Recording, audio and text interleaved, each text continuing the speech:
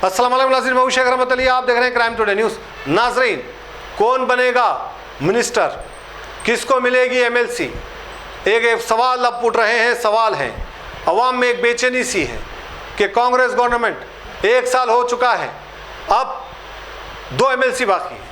अब 2 एमएलसी में 2 लोग को देना है, माइनॉरिटी मिनिस्टर और दूसरा कोई भी मिनिस्टर, होम मिनिस्टर भी हो सकता है, फिर दूसरा मिनिस्ट्री हो सकता है, लेकिन किसको देंगे? दावेदार 4 हैं और पहले माने जा रहे हैं फ़हीम कुरैशी, जो सीएम के बहुत करीब हैं और आए दिन उनके ज़मीनों के मामलात में नाम आता जा रहा है और वो हुकूमत चलाने की बात कर रहे हैं। रेवंत रेड्डी नहीं बल्कि फ़हीम कुरैशी तेलंगाना की हुकूमत चला रहे हैं। और फ़हीम कुरैशी किसको बदलना है, किसको लाना है, क्या चलाना है, ये सारी प्लानिंग फ़हीम कुरैशी की है और उनकी बातों पर और उनके मशवरे पर रेवंत रेड्डी चल रहे हैं। ऐसी बातें हो रही हैं।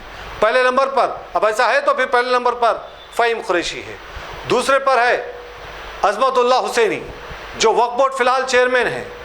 कभी हमने नहीं देखा कि जब कांग्रेस हुकूमत आने से पहले और जब इक़्तिदार में जब वाइस राजशेखर रेड्डी की गवर्नमेंट थी, तो तब जब भी कोई गवर्नमेंट बनती है तो कई ऐसे लीडर्स जमा होते हैं, चेहरे नज़र आते हैं। इसके बाद से जब हुकूमत नहीं रहती तो ये नज़र भी नहीं आते। इन 10 सालों में अज़मतुल्लाह हुसैनी कहीं पर भी नज़र नहीं आए थे। बताया जा रहा है कि इनका ताल्लुक़ दिल्ली से है और दिल्ली से इनको मिनिस्टर बनाने की बात की जा रही है। दूसरे नंबर पर अज़मतुल्लाह हुसैनी है, जो फ़िलहाल वक्फ बोर्ड के चेयरमैन हैं। 1 साल हो गया है लेकिन अभी तक कुछ काम नहीं किए। वो और बात है कि शायद मिनिस्टर बनने के बाद कुछ काम करेंगे।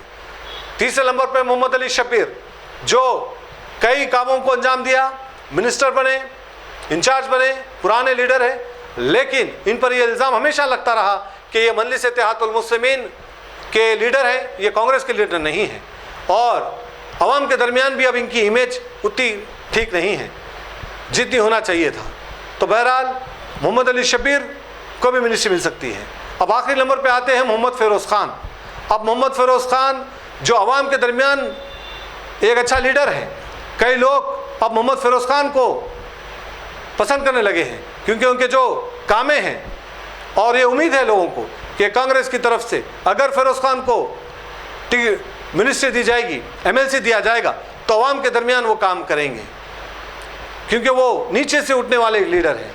तो बहरहाल ये 4 चेहरे हैं। आपको क्या लगता है किसको दिया जाएगा? क्या अवाम का लीडर की जीत होगी, अवाम के लीडर को एमएलसी दिया जाएगा, मिनिस्ट्री दी जाएगी, या फिर रसूखात रखने वाले लोग जो रिकमेंडों पे हैं, जो ख़ास लोग हैं, उनको दिया जाएगा जिसको पब्लिक से कोई ताल्लुक़ नहीं है, पब्लिक में वो जाते नहीं हैं, पब्लिक से वो मिलते नहीं हैं, पब्लिक में उनका चेहरा नहीं है, लेकिन अपने रसूखात दिखा करके, अपने ताल्लुक़ात बता करके, अपने रुपये खर्चा करके क्या वो मिनिस्ट्री ले सकते हैं?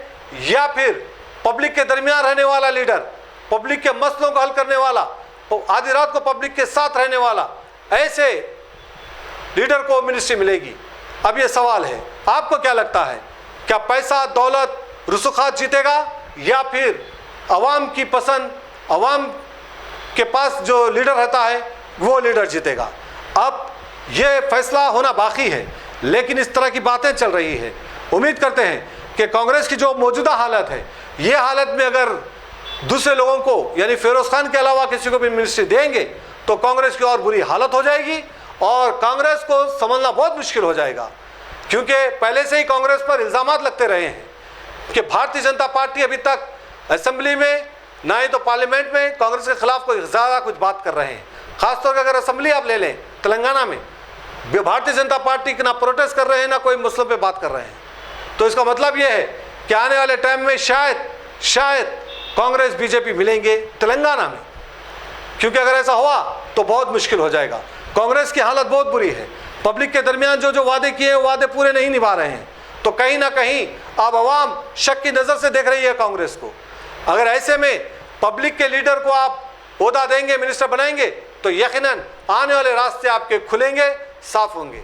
अगर आप रसूखात रखने वाले लोग जो पब्लिक में नहीं आते, ऐसे लोगों को अगर आप मिनिस्ट्री देंगे, जैसे कि आपने एमएलसी दिया है आमिर अली खान को, वो किसी काम के नहीं हैं, वो एयर कंडीशन रूम में बैठने वाले हैं, वो क्या पब्लिक में जाएंगे, क्या काम करेंगे?